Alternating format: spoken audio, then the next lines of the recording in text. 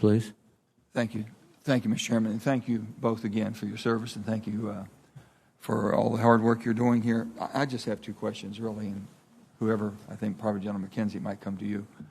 First of all, the Afghanistan situation. I was reading this morning an article that said basically the road from Kabul to Kandahar is now safe.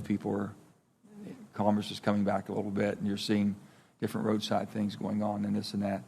And basically for the peace in the country, do you see that basically to where people are embracing that and believe they have the ability to build any type of an economy whatsoever, or without our assistance? Because I read of the famine, I read of all the different hardships that are going on there also.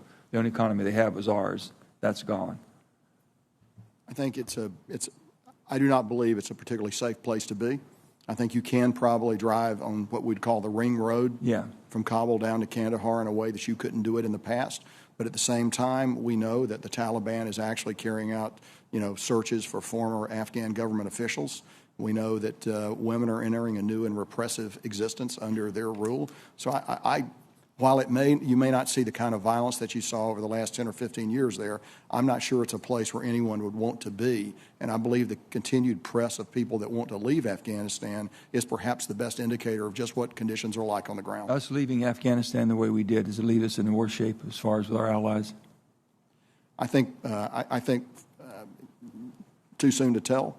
But I think what our principal goal in Afghanistan was and remains to ensure that attacks against the United States are not going to be generated from there, from Al-Qaeda and from ISIS-K. And right now you believe that we have subdued that from happening, or are they building back up again? Sir, I believe it is much harder to do it now than it was before. It is not impossible to do it, but I'll have considerable level of detail on that in the closed session.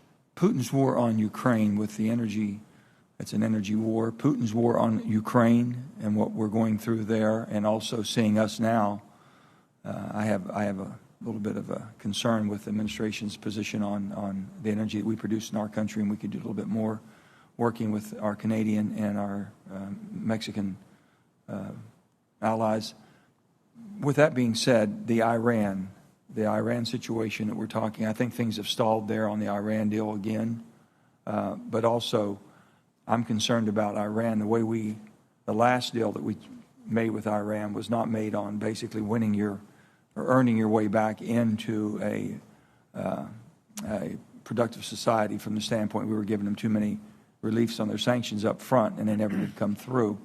With Iran's situation right now and the oil that we have and the sanctions to remove Iran back into the oil business or a bigger, and also in Venezuela, what effect do you think that would have on the Iranian government for them to have that flow of cash again?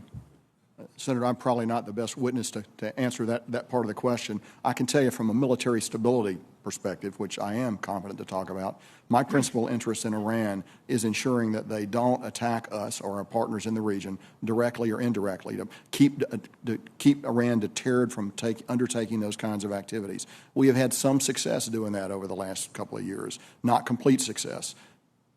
But they're still, the indications, they're still basically one of the largest proliferators of terrorist attacks in that part of the world, correct? That is absolutely correct, Senator. And basically with Yemen and all that, they're still very much involved there, supplying them.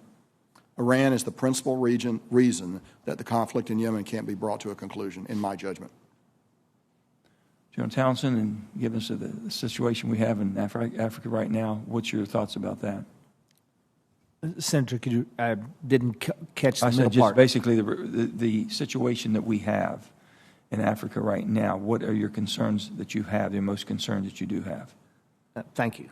Thanks for repeating the question. Well, I think probably number one is ensuring that the U.S. maintains strategic access and influence, and I think for me that the primary concerns there are China, and to a little bit lesser degree, Russia. I can go more into detail on that in closed session, but I'm concerned about China's basing ambitions in Africa. And then the second thing would be countering the threats of violent extremists there, primarily Al-Qaeda's arm, Al-Shabaab, in East Africa. Okay. If I could have one further question, Mr. Chairman. My further question would be this. I remember back at I was a young person back in the Cuban Missile Crisis and the concerns we had with nuclear attacks and things, and all the tests we ran and everything we were prepared for, and all the things we had to go through, exercises. Today we have so many countries with a nuclear arsenal. What's the most dangerous you think that we have? The country that you're most concerned about with a nuclear capabilities that could do harm, not just basically upend the world, approach on the world order, if you will, but basically do damage to the homeland? Senator, for me, I think I subscribe to what's laid out in our national defense strategy, which is China is the longer-term threat, the pacing threat, but today it's Russia. Senator, I think you have to respect capability. Russia has that capability. China aspires perhaps in the future to have that capability, but I think the acute threat right now, of course, is Russia, and I agree with General Townsend. Thank you. Thank you, Senator Manchin. Senator Ernst, please.